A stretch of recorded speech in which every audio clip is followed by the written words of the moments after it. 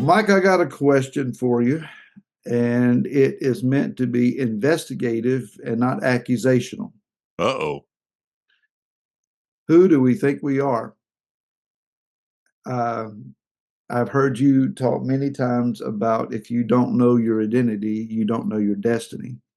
Yeah. So, a lot of answers could be had if I were to ask this about in context of our corporate body, all hmm that we are. And we could quote all kinds of scriptures. Two come to my mind that I want us to start with at least. One is from Exodus 19, Okay. where Yah says that we are, in verse 6, a reign of priests and a set apart nation. Verse 5, a treasured possession. Um, but it's in the context of guarding his covenant. So he says, "You're my covenant people." He calls them Israel. In Matthew 16, Yeshua says, "On this rock I build my assembly, and the gates of Sheol shall not overcome it." Well, we know that Yeshua and the Father are not working two different agendas. So is Israel this new assembly that Yeshua is building, or are we something uniquely different? And the other half of that is anyone that doesn't agree with us, we say that they're Mystery Babylon. So um, we can't just start dividing ourselves by those that we agree with. We have to do it by the word. Who does the word say we are? Once we figure out who we are, maybe we can figure out what it is that we're supposed to be doing. Are we doing that stuff yet? Is there no questions for you? Pick one and I go with yeah, you can take a nap now and I'll just I'll run with it. it. Um this is I actually talked to Alex Stiles last night a little bit on Life on Purpose regarding this. I was playing golf the other day and a couple of guys that were with me, but they were in front of me, were talking, and they ended up talking about religion, I guess it was. And so when I caught up with them, they said, "So, well, what do you think as far as churches go? What denomination are you?" Oh, they know. And one guy said, "Well, he converted to Judaism." I said, "No, I didn't." And the other one was, "Well, what church?" I said, "I don't follow a church." I said, "I follow the scripture." And they're like, but what church?" I said, you're not listening to me. I do not follow a denomination. I open the Bible and I try to do what it says. And they both looked at me like I was from a different planet. You're not allowed to do that, are you? No, no, I mean that is so totally out of the box. And so what you're bringing out here between Exodus and the book of Matthew, the two have to be in line with each other. Somehow. So what has happened along the way is that man has got involved. And anytime you get men involved, you're going to have a GMO, a hybrid, something like that, that's going to be kind of a mixture. Now, I think, Barry, some of this comes down to that we read over in Matthew, "I will build my church." Well, Mm. that word is not used over in, to the left of Matthew. Why not? Because it's a man-made word. And religion is an interesting thing in that it is a part of our life that's tied to emotion. Mm. And for many people, is tied to some of our earliest memories and emotions. Building the ark out of popsicle sticks kind of thing. Mm. Those were emotional times. The guy at the back door that gave me juicy fruit, chewing gum every week. Those are emotional things. So trying to separate ourselves from that emotional experience. Well, what do you mean? This is, that we're not going, House of David's not a church. No, no, it's Life not. Assembly is not a church. What do you mean? I mean, where, and so people get really kind of uptight about this. But the truth is, people will take the word, oh, well, it's ecclesia. Well, okay, that word's not found to the left of Matthew either, because it's a Greek word. And then you have to start tearing things apart. The renewed covenant was probably not written in Greek, it was written in Hebrew, Aramaic. And so this is all man-made stuff. We're trying to, as Brad Scott of blessed memory would say, we're trying to get back to the top of the mountain where the water is clear instead of drinking out of the swamp. But some people like the swamp water. Swamp, yeah, full of enzymes, I'm sure. So I'm understanding, Mike, that what we might see a contrast of is a contrast of covenant relationship versus codes of religion. Religious experience. You said, well, man got involved. Well, Yah intended for us to be involved all along. Yeah. But not necessarily in the manner in which we have been involved. For me or you or anyone else to put together a list of directives and beliefs and organizational understandings before as a criteria to associate with someone else. If you meet my expectations here, I'll reach out and shake your hand.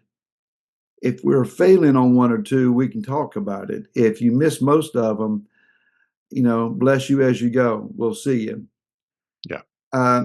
Whereas if you read the book of Ephesians, it says until we all come to the same measure of measuring up to Messiah, until we all have stopped becoming children tossed about, and that we all walk in a sense of maturity. I read and spoke last Shabbat from the book of Yehuda or Jude, and he's talking about contending for the belief that there are those that have crept in and they have sought to sidetrack, dilute, or veer off from standard belief, what is to be true.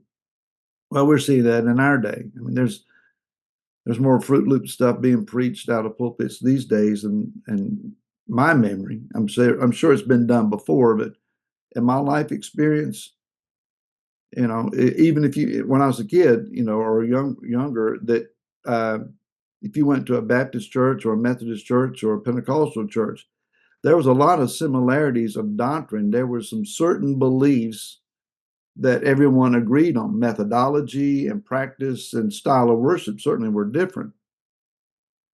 These days, if you just browse through Sunday morning YouTube broadcast, it's amazing what you might hear.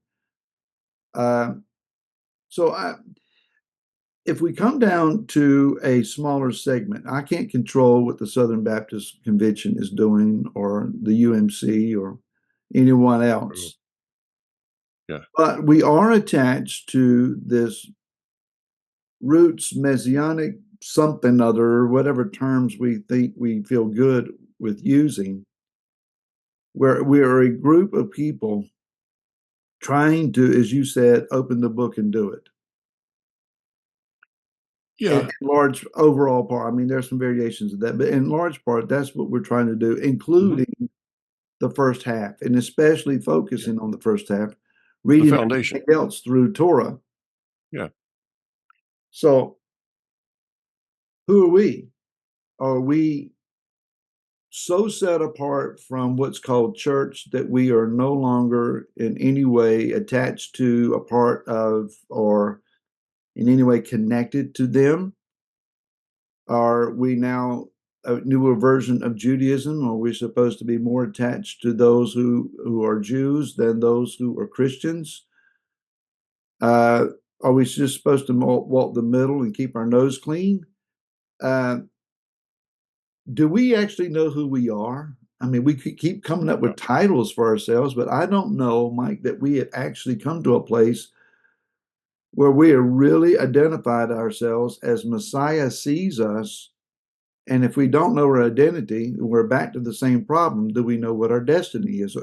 If we don't know who we are, what are we supposed to be doing? Yeah. So once again, you ask a pile of questions. Well, Uh, taking in piles of questions. yeah. Let me go to two things you said. First of all, did you know that Fruit Loops don't have fruit in them? I've understood that. Yeah.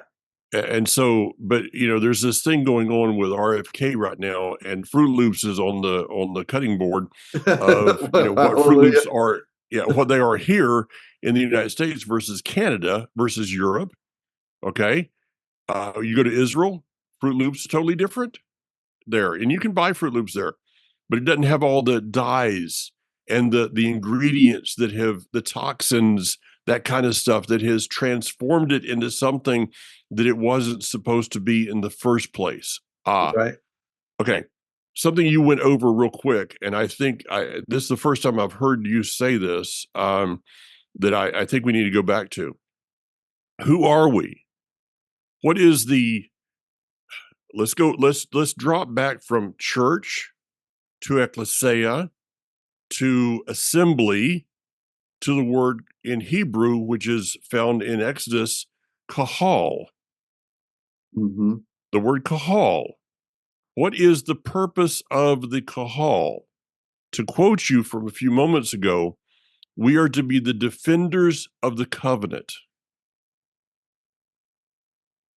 If we will come back to the original concept of the kahal that was on Mount Sinai, the Hebrews that were gathered together at the base of Mount Sinai, Moshe given them the words, the 10 words, Moshe giving them the Torah.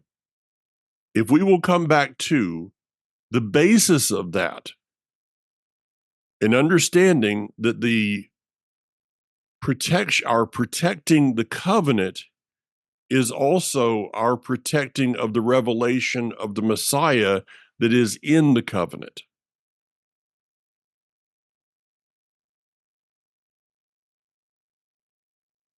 I can see the wheels turning.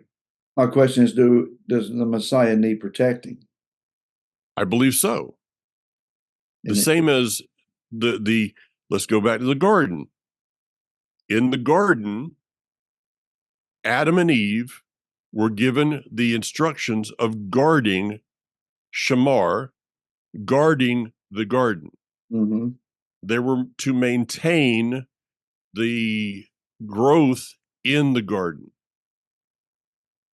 So this is a picture of what we are to do today, in that we are to guard the revelation. We are to guard the garden. So the kahal, the protector of the covenant, and the word kahal is it is the word literally means a people that are gathered to the shepherd's staff and authority. That would be the Paleo Hebrew. Okay. A people gathered to the shepherd's staff and authority, or the king's staff and authority can also be translated that way. Now, when I was in Israel in February, a mutual friend of ours, we were discussing this. Orthodox Jew, me, we're discussing this issue. And added to that, the word actually has a connotation. I'm not sure where it comes from, but I'm going to trust a person that grew up speaking Hebrew more than I am Strong's. And I know the person anyway. But the word means a people drawn to the shepherd's staff and authority that are not focused on themselves, but rather focused on the shepherd, on the king. Okay. All right.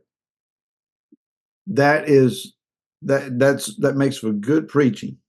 Yeah.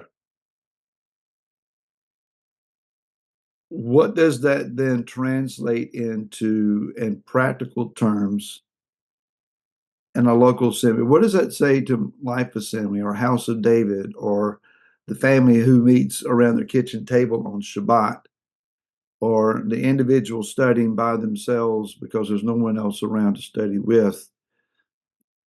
How do we carry out then being the people who focus on the shepherd? And one would think that if we're all focusing on the same shepherd, that we would all know how to relate properly among ourselves. So one of the biggest issues among ourselves is that we don't relate well at times. Is that because we have an improper focus on the shepherd? Or is that because we have personalities that we're not willing to tolerate? I think a lot of times it comes down to emotional baggage from the past. We're bringing in, as Dr. Zakina said, when did my luggage become my baggage? So when I bring in, there were things that I was taught, that you were taught in our previous systems that were good. There was a foundation. In my Southern Baptist upbringing, I was given a foundation. I believe it to be a pretty solid foundation. Mm-hmm. I figured out that though I had a good foundation, some of the walls of the house were a little irregular. Out of plumb. Yeah, they're a little out of plumb. The roof had a tendency to leak, and it got a little shaky at times. So what do? We're going back to the foundation of what? Of the scripture, and trying to build that based upon the scripture, not upon man's ways. So the reason for the bickering, I believe, is part of it is emotional baggage that's being brought to the table. When you started House of David, you said at the end of one year, you stood up and said, we've got to get over our anger. Mm-hmm. What was that? That was baggage. We've got to get over our our revelation of an American Messiah named, or a Roman American Messiah, Western mindset Messiah. Catholic Messiah named Jesus or Jesus. I to then see him, as you have the street many times. I've got to see him as a Hebrew. I have to see him as a Jew. Mm-hmm. I have to see him as the Lion of the tribe of Judah. I have to ask myself the question, not only what would Yeshua do, but what did Yeshua do? What did he do? And then imitate that. To my friends the other day that I was talking with, we didn't get to the end of the conversation, but what I want to do is look at them and say, and I actually said this to someone recently, uh, my life is patterned for the most part off of the book of Acts. What were they doing in the book of Acts? What was the revelation of the Messiah in the book of Acts? Mm-hmm. They were seeing him as Mashiach ben Yosef, the suffering servant, and they were waiting for his return as Mashiach ben David, the conquering king. And in the process of that, they were living a life that was based by the Torah instructions, which was going to bring them a greater revelation of who that Messiah is. We read the book of Acts like we read the book of Daniel at times, and we see the highlight reel. Yeah. You know, when you read Daniel, it's just like one chapter goes into another, where he's either encountering some conflict and working through it, some great vision, some great prophecy, messenger visitations, challenges of the local government and its administrators. And you would think that Daniel just lived a life of day-to-day supernatural encounters and deliverances.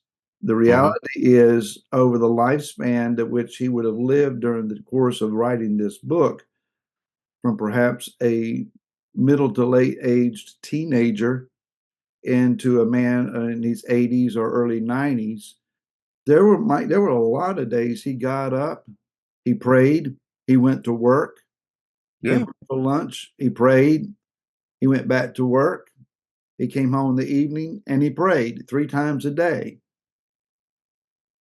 Uh, it's not as though a messenger had breakfast with him every morning. And it's a lot of days where this is my job, this is what I do, and I'm going to do it as righteously and uprightly as I can. The same thing in the book of Acts. It's it's a it's a constant chapter by chapter unfolding of events when there were years in some sections where today's job is to do today's job. Yeah. So as we pull that into our lives, we're not going to see necessarily uh, supernatural encounters or life changing events daily. There has to be live a quiet and peaceable life and keep things in order in your home and love people and be prepared in season and out of season to give an answer for your belief, like you did on the golf course. Yeah. Um, as the days become more pressurized with world events and our expectations that, okay, we've been preaching last days and claimed that we've been in the last days for the last 100 years, it could be that we're actually beginning to see that door open, and we may actually be somewhere in the vicinity of last days, if not in the middle of it. Depends on who you ask. Yeah. So, So, what are we supposed to be doing? Anything other than what we have been doing? I think, if anything, two things. One, solidify our relationship with our Messiah to the faith, to the place where we are seeking his face. This came to me the other day. I was listening to someone preaching, and I just started speaking to myself, Barry, you're seeking him about things and issues and circumstances, but you need to get back to finding a greater anointing and a greater understanding of things by seeing his face. Seek him for his face, that is his reality, and to know him. Second thing is do a better job in relating with people. mhm. Uh, I'll make online confession. If you see me in public, if you see me in social gatherings, I like to laugh. I like to, yuck it up and be, entertaining sometimes, even as alter ego characters and that kind of thing. Uh, and you would think, man, Barry's an extrovert. Actually, I'm an introvert. Yeah. My preferred role is to be here in this office, reading, studying, investigating, and just kind of withdrawn into my world. When I get out among House of David and among people, I have to shift gears because I can't be an introvert. I Mhm. have to be a shepherd and a caregiver and a interactor with people because they need what it is that Yah has put in me, and I'm there to share that. The moment that's done, I want to go hide. Mhm. We can't afford to be so introverted in our day that we become self-protecting and pull the Eliyahu syndrome of hiding under a bush and saying, I've had enough. Just let me stay here until you take me. Mhm. Is the more we see the day approaching, the more involved we're going to have to be, as uncomfortable as it may be at times, because my people need us. What are we supposed to be doing? Yeah. Messiah and people. Yeah. Yeah. You mentioned life. Life is very daily. You get up in the morning, you go through your routine. One of the things that I have had in common with Rush Limbaugh is that Rush said, I just can't stand, I'll back up on that word. He used hate. I can't stand the morning routine. Getting up and having to go through the basic routine of that process of, all that you have to do and combing your hair and whatever it is such a waste of time that you have to do it every single day. But it's a We blessing. appreciate it. Yeah, it's a blessing. I've had, almost 67 years of bad hair days, okay? It's just a blessing when we take care of ourselves. But life is just in the end daily. And we read, as you said, the I love that, the highlight reel of the book of Daniel or Abraham or Isaac or, or Paul, wow, he's getting shipwrecked. Well, the truth is he had been on ships, probably for many days that were not. But you don't get the news of 300,000 flights that didn't crash. That doesn't make the evening news. No. The millions of airplanes that have flown over the last years that did not land with a bullet hole in the cockpit. Okay, but let one happen, and that's going to make the evening news. So this thing about the spectacular, the word there of guard the garden, or guard Shabbat, or guard the commandments, back to your original statement of we are to be guardians of the covenant. The word is shamar, guard. Now, in the Army, I had to do guard duty. Talk about the most boring thing in the world. Fort Jackson, South Carolina, in the 70s, there was no threat during that time. I'm in there with a bunch of guys in basic training. They're all totally asleep. Nobody's a threat. But I've got to be on guard duty. The only thing I'm thinking about is the next guy on guard duty, and I'm going to be sleeping duty. Guard duty is boring until something happens. And we get the highlight reel of the something happening, but we don't get the daily that Shaul, the Apostle Paul, had to get up in the morning and brush his hair. He had to change his robe. He had to go through the same basic things that you and I do on a daily basis. And that gets boring. And that is why we have the YouTube prophets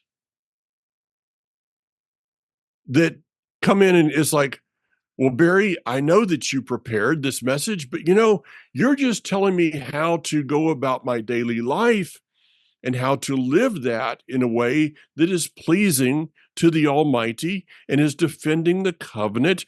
And it is, causing me to live in a righteous manner. That's boring, Barry. Don't you know what the letters in Trump's name mean? Don't you know, Barry, that there was a guy online the other day and he was talking about the meaning of the beast belly button.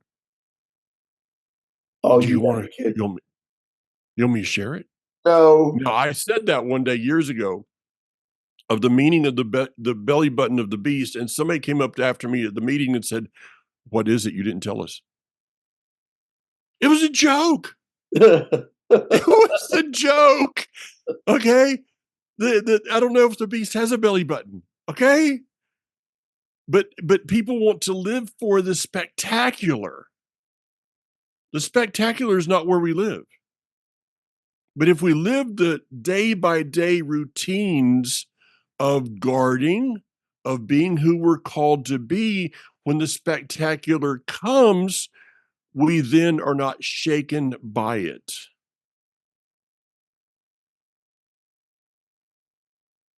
I'm done. Wow.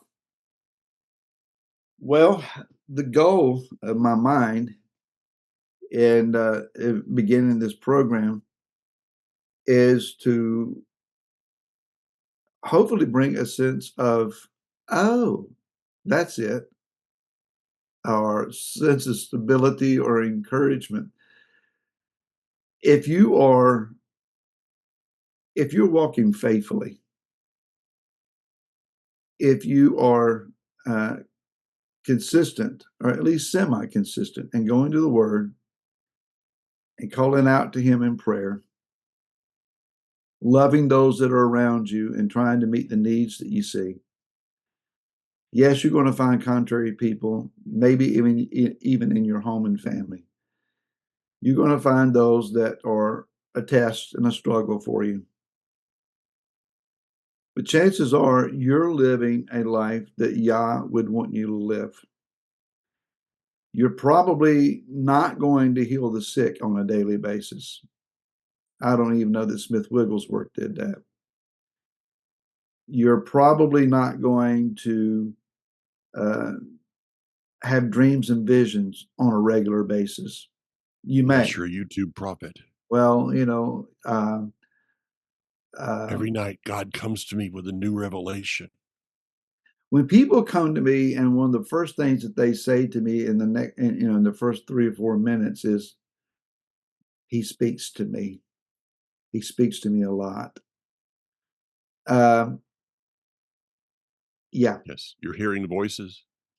So you just kind of understand where this might be going. Now, somebody may be legitimate, but if Yah is speaking to me, I don't need to broadcast it to everybody else. That's kind of True. like, you tell me what you want to, and I won't tell anybody else. Everything that we won't go down that trail. Anyway, uh, people are a challenge. If people were not a challenge, life would be easy and the world would be at peace. But Yeah. we're challenges. I guess the other side of that, Mike, is try not to be such a challenge yourself. Yeah. You know, Try not to be a high maintenance, low impact person.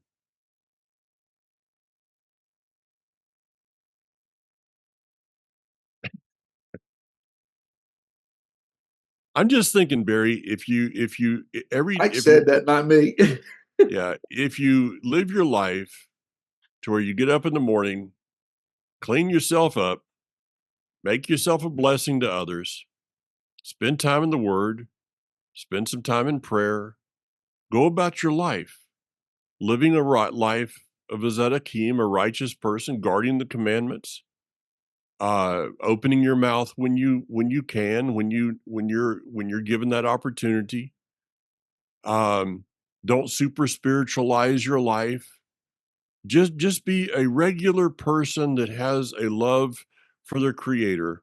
Mm, You might just be in line to hear some words at the end. Well done, my good and faithful servant. right. Enter in. Just Last saying. last thought I had on this, Mike, is and it's picking on what you said. Say a word when you can.